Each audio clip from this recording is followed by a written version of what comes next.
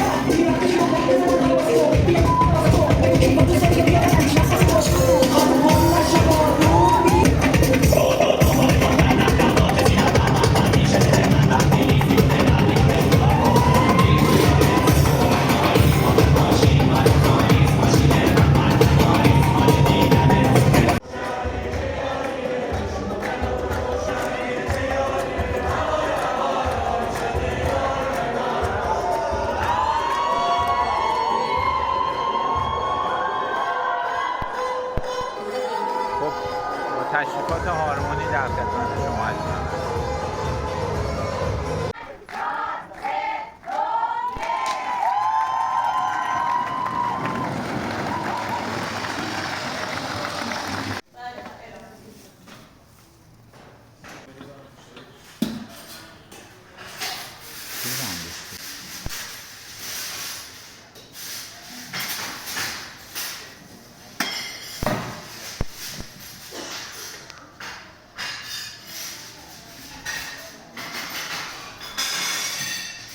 همراهان عزیز هارمونی، در خدمت خانم شیری عزیز بودیم که امروز دور همی 10مین سالگرد افتتاحیه کلینیک خودشون مسائل دوستان رو گرفتیم براشون.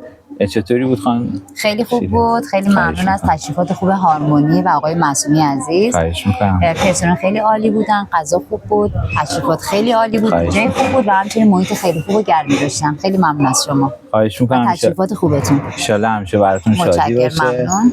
با تشریفات هارمونی در خدمت شما عزیزان.